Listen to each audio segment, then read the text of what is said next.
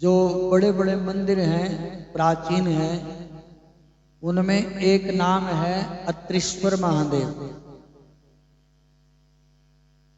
महर्षि अत्रि और उनकी धर्मपत्नी, उनका नाम था अनसुईया। अनसुईया और अत्रि ने भगवान महादेव को प्रसन्न करने के लिए कठोर तप किया। तो उनके तप के प्रभाव से भगवती गंगा और भगवान महादेव दोनों प्रकट हुए। उसकी कथा शिव पुराण में आती है।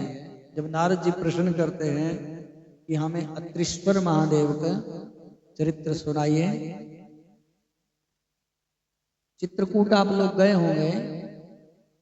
चित्रकूट में ये मंदिर है और वहां पे गंगा नदी भी है जिनका नाम है अलकनंदा, और वहीं पर भगवान अत्रीश्वर रहते हैं। तो एक मुनि हुए अत्रि महाराज और उनकी धर्म पत्नी थी, उसका नाम था अनसुईया। ये वही अनसुईया है जिसने भगवान ब्रह्मा, विष्णु और शंकर को अपने तपोबल से छोटे छोटे 6-6 महीने के बच्चे बना दिए थे। जब ये प्रश्न उठा कि भाई सबसे बढ़िया पतिव्रता स्त्री कौन है आज के समय में, तो पार्वती कहती कि हम कोई कम थोड़े हैं किसी से। लक्ष्मी कहती कि हम भी किसी से कम नहीं है। सरस्वती कहती कि हमारा जैसा कौन होगा। तब नारद जी ने कहा कि नहीं नहीं नहीं नहीं, ये तुम्हारा मिथ्या अहंकार है। अरे पृथ्वी लोक पर एक बहुत दिव्य मूर्ति है जिसका नाम है अनसुईया। उस जैसी पतिव्रता स्त्री हमने कोई नहीं देखी है। तो उन तीनों को बड़ा झटका लगा कि हम तो अपने आप में अपने कोई बढ़िया मानते थे सबसे ज्यादा। तो नारद जी कहते हैं आपको तसल्ली हो जाए तो परीक्षा करके देखो उनकी। तो भगवान ब्रह्मा, विष्णु और शंकर जी तीनों परीक्षा के लिए चल पड़ते हैं। और जब परीक्षा किसी की करनी होती है ना, स्वरूप बदलना पड़ता है अपना। तो जैसे आराम, जैसे सती परीक्षा लेने के लिए गई सीता की, राम की, तो अपना स्वरूप बदल दिया उन्होंने। तो ऐसे ही जब भगवान ब्रह्मा, विष्णु और शंकर तीनों चले तो अपने स्वरूप बदल दिए।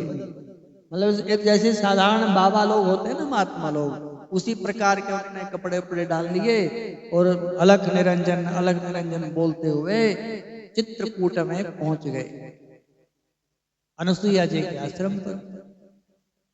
जब आश्रम पर पहुंचे तो उन्होंने कहा भिक्षाम देहि, माता हमें भिक्षा दीजिए। तो माता जी आई भिक्षा लेकर के, बोले ये लो बाबा भिक्षा लो।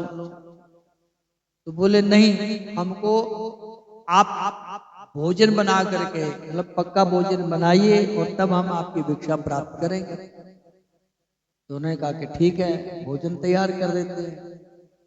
तो माता जी ने भोजन बना दिया महात्माओं के लिए, बैठिए। तो उन्होंने कहा कि एक जैसे माता नग्न अवस्था में अपने बच्चों को गोद में लेकर के भोजन करवाती है, उसी प्रकार से हमें भी भोजन करवाइए आप। अब जैसे ही बाबाओं ने कहा कि माथा घूम गया माता जी का, तो अब उनको लगा कि बाबा साधारण बाबा नहीं लगते। तो उन्होंने देखा ये तो बाबा, ये तो साक्षात भगवान है। तो ध्यान से देखा तो उन्होंने अपने तपोबल से उन महात्माओं को, जो साक्षात नारायण भगवान थे, शंकर भगवान थे और ब्रह्मा जी थे, उनको छोटे छोटे नवजात शिशु बना दिए, 6-6 महीने के जितने बच्चे होते हैं। और फिर उनको अपनी गोद में बैठा करके माता जी ने भोजन करवाया। बोलो जय सिया राम। और माता जी ने विचार किया कि चलो थोड़ी देर इनको यहीं खेलने देते हैं। पलने में डाल दिए, तीनों पालना झुला रही है माता। और इधर से वो तीनों देवियां प्रतीक्षा में हैं कि हमारे पति देव अभी तक आए नहीं। तो नारद जी ने जाकर के बताया कि अब नहीं आएंगे वो। तो बोले क्यों? बोले वहां जाकर के देखो। अरे पहुंची, फिर तीनों भागी वहां पे। जब तीनों गई तो देखा कि पलने में लेटे हुए हैं। बोलो जय सिया राम। और छोटे छोटे जो बड़े होके तो पहचान कर लेते हैं ना, अब नक सिक से कुछ पहचान हो जाती है। अब छोटे बच्चे कहाँ पहचान होगी। अब पार्वती सोचे कि हमारे वाला कौन सा है। बोलो जय सिया राम। है लक्ष्मी सोचे कि हमारे वाला कौन सा है। अब जो कुछ पता नहीं लगा तब माता जी के, फिर अनुसुईया माता के चरणों में पड़ गई। माता हमें पता लग गया है कि आप जैसी पतिव्रता स्त्री इस भूमंडल पर क्या तीनों लोकों में कोई नहीं। और फिर माता अनुसुईया ने उनको अपने तपोबल से फिर वैसे का वैसा बना दिया। बोलो जय सिया राम। तो तीनों देव फिर वहां पर अपने स्वरूप में प्रकट हुए। अत्रि मुनि ने और अनुसुईया माता ने तीनों को नमस्कार किया। तो भगवान कहते हैं कि अब हम आपके आश्रम पे आए हैं तो कुछ वरदान मांग लो। अत्रि भगवान कहते हैं कि प्रभु आपसे क्या वरदान मांगे। अब हम ये चाहते हैं कि आप हमारे घर में बेटा बन करके रहो। बोलो जय सिया राम। क्या बन के रहो? आप हमारे घर में बेटा बन करके रहो। और फिर उन तीनों के प्रभाव से अत्रि के यहाँ पे 3 बेटे हुए। बोलो जय सिया राम। जो नारायण भगवान हैं उनके प्रभाव से दत्तात्रेय भगवान प्रकट हुए। जो ब्रह्मा जी हैं उनके प्रभाव से चंद्रमा प्रकट हुए। और जो शंकर भगवान हैं उनके प्रभाव से दुर्वासा जी उनके बेटा बन करके आए। तो जो अत्रि और अनुसुईया हैं भगवान महादेव के बड़े भक्त हैं। तो एक बार की बात है, चित्रकूट में जब तपस्या कर रहे थे अत्रि मुनि तो अकाल पड़ गया। बोलो जय सिया राम। पहले अकाल बहुत पड़ते थे, पानी नहीं मिलता था पीने के लिए, बारिशें नहीं होती थी। तो अत्रि मुनि ने प्राणायाम किया और प्राणायाम के प्रभाव से बस एकदम समाधिस्थ होकर के बैठ गए, समाधि में चले गए। अन्य ऋषि महात्मा थे, आश्रम छोड़ करके चले गए, पानी की व्यवस्था नहीं है कुछ भी। तो महर्षि अत्रि जी और उनकी धर्मपत्नी अनुसुईया दोनों वहां पर रहते थे। अनुसुईया अपने पति देव की सेवा करती थी, कब इनकी आंखें खुल जाएं, कब किसी चीज की जरूरत पड़ जाए। और साथ में प्रतिदिन पार्थिव शिवलिंग बनाती थी एक वहां, और उसकी प्रतिदिन पूजा करती थी। तो पूजा करते करते करते इस प्रकार से बहुत सारा समय बीत गया। एक दिन अत्रि मुनि की आंखें खुली। अत्रि मुनि की जैसे ही आंखें खुली तो उन्होंने देखा सामने धर्मपत्नी बैठी हुई है। तो कहा कि देवी पानी पिलाओ। पानी तो है नहीं वहां पे। बोले पानी पिलाओ। और उसने ये नहीं कहा कि महाराज पानी नहीं है या कहां से लाऊं या कैसे होगा। तो उसी समय उसने कमंडल उठाया और चल पड़ी वो पानी लेने के लिए।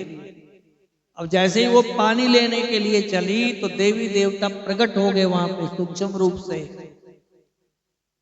तो प्रश्न उठा कि भाई अत्रि मुनि जो समाधि में भगवान का भजन किया वो ज्यादा प्रभावशाली है कि इसने पार्थिव शिवलिंग की शंकर भगवान की पूजा की, ये ज्यादा प्रभावशाली है।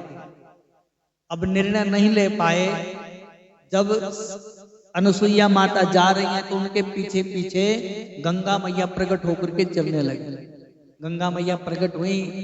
गंगा मैया ने आवाज लगाई कि बेटी कहाँ जा रही हो। तो उसने पीछे मुड़कर देखा कि तुम कौन हो। उन्हें कहा कि हम गंगा हैं। तो हम तुम्हारे इस तप से पातिव्रत जो आपने धर्म लिया है और प्रतिदिन शंकर भगवान की आराधना की है, इससे बड़े प्रसन्न हैं, तो हमसे कुछ वरदान मांग लो। तो उन्हें कहा कि मैया वरदान क्या चाहिए, अभी तो पानी की जरूरत है बस। बोलो जय सिया राम। अगर कोई अपने घर में या अपने शहर में तो मंत्री आ जाए और बोले कि कुछ मांग लो, तो जिसका सबसे ज्यादा अभाव दिखेगा वही मांगेंगे ना, हैं? हॉस्पिटल नहीं है तो बोलेंगे हॉस्पिटल बनवा दो, कॉलेज नहीं है तो बोलेंगे कॉलेज बनवा दो, इसका अभाव दिखेगा वही मांगेंगे भाई। तो गंगा मैया को बोलते हैं कि गंगा हे माँ, यदि आप मुझ पर प्रसन्न हैं तो जल दीजिए। अब जल की व्यवस्था यहाँ पे नहीं है और हमारे पति देव को जल की अति आवश्यकता है। तो उसमें गंगा मैया कहती है कि एक खड्डा बनाओ हम यहाँ पे छोटा सा।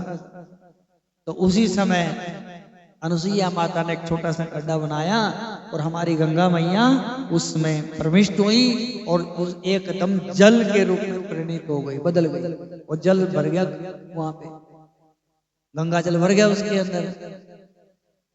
तो अनुसुईया कहती है कि आप यहीं पर स्थित रहना, हम अपने पति देव को यहीं बुला करके लेके आते हैं।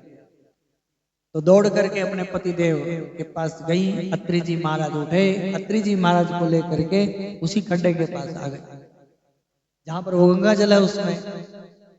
तो वहां पर उस गंगा जल को देख करके, अत्रि मुनि को देख करके, माता अनुसुईया की तपस्या को देख करके शंकर भगवान भी वहां पे प्रकट हो जाते हैं। बोलो शंकर भगवान की जय। शंकर भगवान प्रकट हो गए, गंगा भी प्रकट हो गई और शंकर भगवान भी प्रकट हो गए। तो शंकर भगवान कहते हैं कि हे मुनि श्रेष्ठ, हम आपकी तपस्या से और माता अनुसुईया की तपस्या से बड़े प्रसन्न हैं, आप हमसे वरदान मांग लो कुछ। तो गंगा मैया से वरदान मांगती है कि आप यहाँ पर हमेशा के लिए यहीं पर स्थित रहें। और शंकर भगवान को बोला उन्होंने कि यदि आप प्रसन्न हैं तो आप हमारे नाम से यहीं पर स्थित हो जाओ प्रभु। जो गंगा मैया है वहां पर अलकनंदा के नाम से प्रसिद्ध हुई है। आप लोग कौन कौन गए हैं चित्रकूट? बोलो जय सिया राम। दर्शन करे हैं? आप गए हैं कोई? हाँ, वहां पे बहुत दिव्य जल है, अलकनंदा मैया प्रकट हुई है वहां पे। अत्रि महाराज का त्रिश्वर महादेव वहां पे दिव्य मंदिर है। तो उनके बोलने पर भगवान महादेव वहां पर अत्रिश्वर महादेव के रूप में स्थापित हो जाते हैं और गंगा मैया का नाम पड़ जाता है अलकनंदा। तो जो वहां पर जाकर के दर्शन करते हैं, भगवान महादेव के चरणों की भक्ति उनको प्राप्त होती है, सारे मनोरथ उनके पूर्ण होते हैं। और जो इस कथा को सुनता है, सुनाता है, उसके सारे पापों का नाश हो जाता है। बोलो जय सिया राम।